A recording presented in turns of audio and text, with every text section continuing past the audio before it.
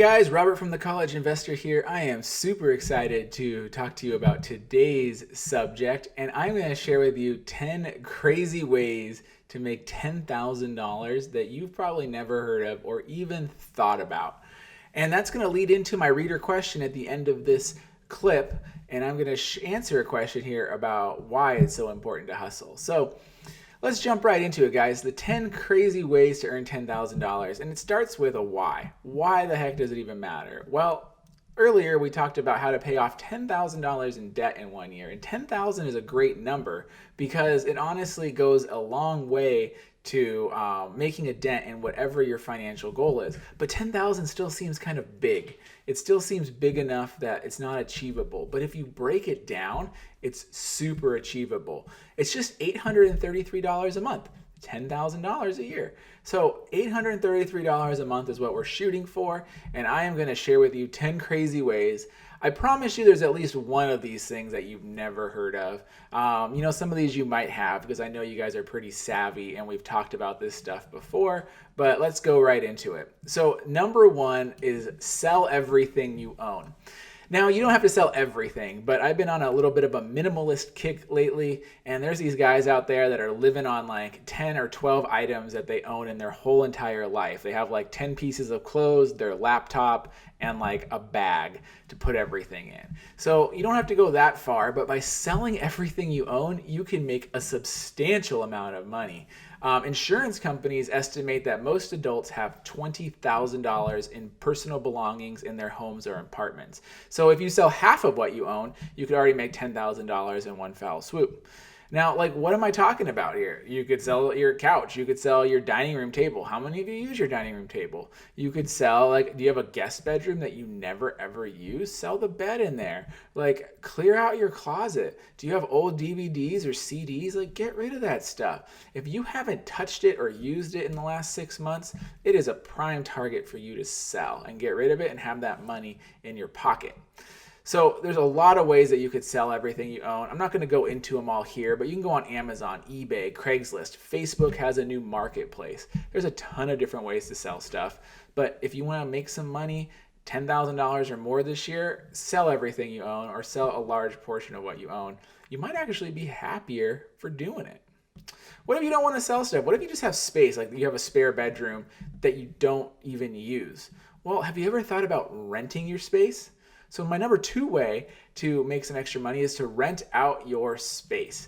You could rent out your closet, your spare bedroom. You can rent out your attic. You could rent out your garage. So there's a place called storeatmyhouse.com that allows you to put places in your house up for rent, and people will pay you just like they would for a storage locker. So I know people that are renting out their garage for like $150 a month.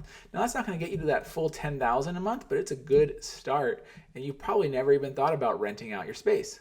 You can also rent out your backyard. Airbnb, if you have a cool backyard, lets you put your house on there, and you could specify this is for the backyard, and people could camp back there. How crazy is that? I was thinking about this for my aunt and uncle. They have a backyard that backs up against a nature preserve. It's like a wooded forest. So it would be a pretty cool place to camp in if you wanted to. And they already have a bonfire pit and different things. So if you have a cool backyard, rent it. Put it on Airbnb and let people come and camp back there. You could also rent out your driveway. Do you have a big driveway, or do you have that driveway that goes on the side of your house? People are looking to store their RVs all the time because a lot of people don't drive their RVs around year round and they need a place to park them. A lot of city streets and stuff don't allow them to park their RVs, and they will pay you money. So you could go to RV Lots for Rent or justpark.com and you can rent out your driveway or other parking spaces you might have in your house. Number 3, rent your car and your stuff. So if you don't want to sell your stuff, why don't you just try renting it? So there's actually a lot of ways right now that you could rent your stuff. It's it's the Uber for everything kind of model. The first thing is Turo. Turo is a company that allows you to put your car up for rent and let other people drive it around. Turo claims that you can make $1,000 for renting out your car. But even if you make less, you're still boosting your income. So I have another friend that has a BMW 6 Series, and he rents that thing out on the weekends when he's not driving it. And he makes a couple $100 every weekend. And granted, that's a higher end car, so he gets more money for it for renting it. But honestly, there's a lot of cars out there that people will just be willing to rent, especially if you live in a more popular destination or by the airport or different things like that. You could also rent your stuff. Do you have stuff around the house, electronics, tools, garden equipment, all that kind of thing? There's multiple sites out there. A couple of them are Loanables or Rent Not Buy. And these sites let you rent your stuff so that you can make money if you're not using it. You could also rent your clothes. So there's a place called Style Lend that lets you lend out and get paid for people using your clothes. So maybe you have a dress that you wore to like a wedding or something and you never wear it. Well, rent it. Let other people enjoy it and you can make some money at the same time. Number 4, get out and start driving for Uber or Lyft. Now, I know I've talked about this before, but honestly, it's really easy to get to that magical $833 per month if you drive for Uber and Lyft. Honestly, you can probably do it in about 44 hours per month. So that's 11 hours per week, and you can kind of just keep breaking it down for there. But like, you can drive for 11 hours in 1 week. You can knock that out on a Saturday and you can achieve your goal. Or you could drive for like 2 hours every day after work. There's a lot of ways for you to get to that magical number, but driving for Uber or Lyft is a great way to try to achieve that goal of making $10,000 this year. Now, here's an interesting one that you might not have ever thought about, but it could fill your time. Now, this one isn't a guaranteed way to make $10,000, but my number 5 way to make $10,000 is to be a part of game shows, sweepstakes, or contests. So there are a whole cult of people out there that are sweepstakers, and they just go online and they apply for sweepstakes all the time.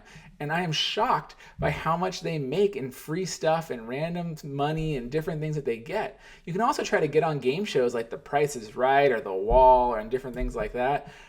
Because surprisingly, a lot of people don't apply or try to get tickets to be on these shows. So by you just taking that simple action of trying to get on the show, like you've already increased your odds so dramatically because a lot of people just aren't doing it.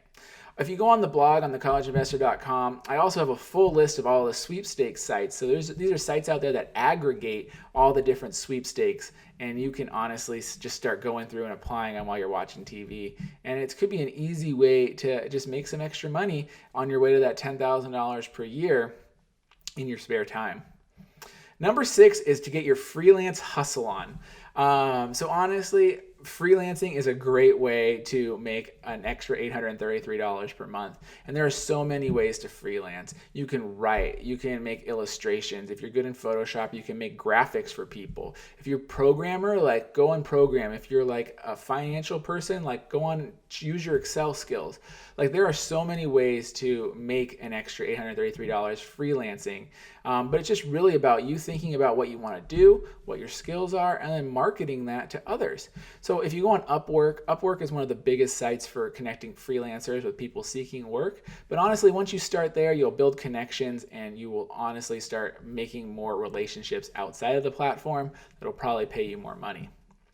Number 7 is invest in real estate with friends.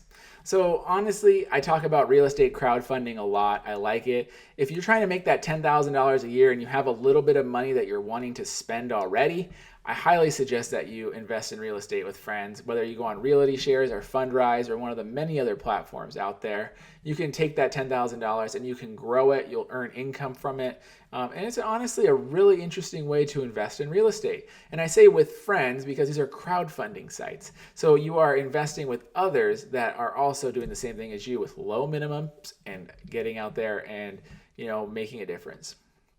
My number 8 way to make $10,000 is to lend money to others. So maybe real estate's not your thing, but maybe you've thought about peer-to-peer lending. So peer-to-peer lending is when you take a small amount of a loan and you give it to somebody else and they pay you back. The cool thing with peer-to-peer lending is that every single month you're getting back both principal and interest. So you are making back your principal and then you can lend that money out right away. And you can just have a lot of loans. And that's called leverage. And you're leveraging out your money, but at the same time, it can honestly earn you a nice return on your investment. Number 9. This is start a money-making blog or website. So this is what I did. This was my main side hustle, and it's grown to what you see today. But I'm a huge fan of creating a blog or a website because it is so cheap to start. You can start for like $3, $4 a month with a hosting account, and it just takes your time. So if you're out there, you're willing to put the time in, you can start that money-making blog or website, and it will easily make you $10,000. At least in a couple years if you try. I'm a big believer. All you have to do is blog consistently 3 times a week for at least 6 months, and you are already ahead of 99% of other bloggers, and you will start earning money if you keep putting your mind to it. So really consider starting a blog or a website. Number 10, this one's just for the ladies, is to become a surrogate. So if this is a crazy one. Remember, I said this is crazy ways to make $10,000. So surrogates can earn $30,000 to $50,000, but realize you're going to carry someone else's child, and you also have to get hormone treatment and medical tests, and there's a lot to it. And it can be really draining emotionally as well. But if you are looking at a crazy way to earn some money, becoming a surrogate definitely falls into that bucket. So really keep that in mind if you're open to it. Cool, guys. Well, that is my 10 crazy ways to make $10,000. I hope you enjoyed it. I hope you found something on there that you maybe even just sparked a little interest in your mind. So tell me what you see. Tell me your successes. Like, if you're doing these, share with it in the comments. Like, I'd love to know more. All right, guys, now we're going to go over to one of my favorite parts of the show, and this is answering your questions. Remember that you can send a question to me at thecollegeinvestor.com, and I might answer it on the show. I'm actually getting about like 20 to 30 questions now a week from people hearing this, so it's hard to go through. So make your question good. Listen to past episodes, so like we're not doubling up on questions here, but we'll dive right into it. So Charles English says or asks, what is the best way to substantially reduce my monthly student loan payment? And that's a tough one because there are multiple ways to substantially reduce your monthly student loan payment. And there's 2 of them that I think apply to most people. So number 1 is change your repayment plan. So if you have a student loan repayment plan, you can switch it. Most people, when they're done with college, they default into the standard 10-year repayment plan on their federal loans. And that standard 10-year plan could be high for a lot of people, but there's other options out there. To substantially lower your payment, you should look at income-driven repayment plans such as IBR, pay as you earn, or repay as you earn. You can also look at the extended repayment plan, and this is where they extend that 10-year into a 25-year loan, and by doing that, you honestly reduce your payment substantially every single month. So changing your repayment plan is the number 1 way that you could substantially lower your student loan payment. The number 2 way is you could look at refinancing your student loan. So, this doesn't apply to everyone. In fact, we don't recommend that people with federal student loans refinance. It's only unique circumstances where you should refinance a federal student loan into a private one. But if you have private student loans and you're looking to substantially lower your monthly payment, refinancing could be the way to do it. And you refinance is you go and get a new loan that replaces your old loan. And hopefully that new loan has maybe a lower interest rate, or maybe you took it out for a longer period of time. And by doing those things, you'll have a substantially lower monthly payment. Now, we recommend that you check out Credible because Credible is an awesome tool that allows you to compare student loan refinancing options, and you can see what you might even qualify for without a hard credit check. So hopefully that answers your question, Charles, and hopefully other people out there see how you could substantially lower your monthly student loan payment by either changing your repayment plan or refinancing your student loans. All right, guys. Hopefully that you found this video helpful. If you did, please like it, share it, let others know. It's your feedback that makes us keep wanting to do this and help others. So thank you guys very much, and I will see you next time, or hopefully before then, I will see you on the blog. Thanks, guys.